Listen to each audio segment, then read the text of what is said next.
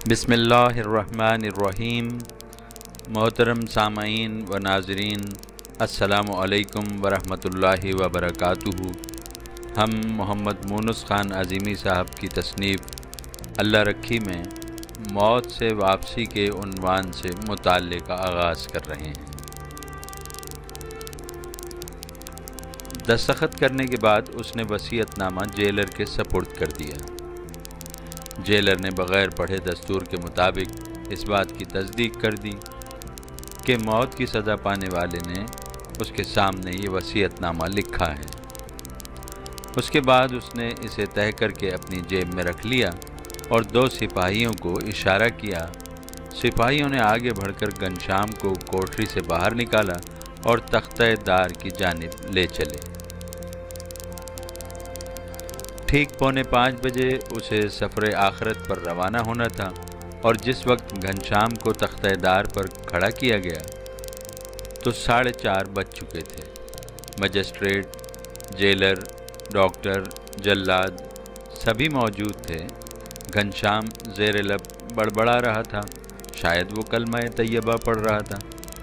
جلاد نے آخری بار پھندے کا جائزہ لیا اور ٹھیک 4:35 پر اس کے ہاتھ پیچھے کی طرف باندھ کر اسے کالی ٹوپی پہنا دی، جس سے گردن تک کا حصہ چھپ گیا۔ پھر جلاد نے پھندا اس کے گلے میں ڈال دیا۔ اب گھنشیام کی موت میں صرف 10 منٹ باقی رہ گئے تھے۔ میں دل ہی دل میں خوش ہو رہا تھا کہ اللہ رکھی کی پیش گوئی غلط ثابت ہونے والی ہے، بلکہ مجھے تو یقین ہو گیا تھا کہ اب اللہ رکھی کیا منہ دکھائے گی۔ وقت اپنی تیز رفتار سے گزر رہا تھا۔ جیلر اور مجسٹریٹ کی نگاہیں کلائیوں پر بندھی ہوئی گھڑیوں پر جمی ہوئی تھیں کہ اچانک ایک آواز بلند ہوئی، رک جاؤ، رک جاؤ۔ مجسٹریٹ اور جیلر نے ایک ساتھ اس آواز کی جانب دیکھا۔ دوڑتا ہوا آنے والا اسسٹنٹ جیلر تھا۔ اس نے قریب پہنچ کر ہانپتے ہوئے بتایا کہ جیل کے آفس میں ابھی ڈسٹرکٹ مجسٹریٹ کا فون آیا ہے کہ فی الحال گھنشیام کی سزائے موت روک دی جائے، اور وہ آپ دونوں سے بات کرنا چاہتے ہیں۔ جیلر کو اس بات کا یقین نہیں آ رہا تھا۔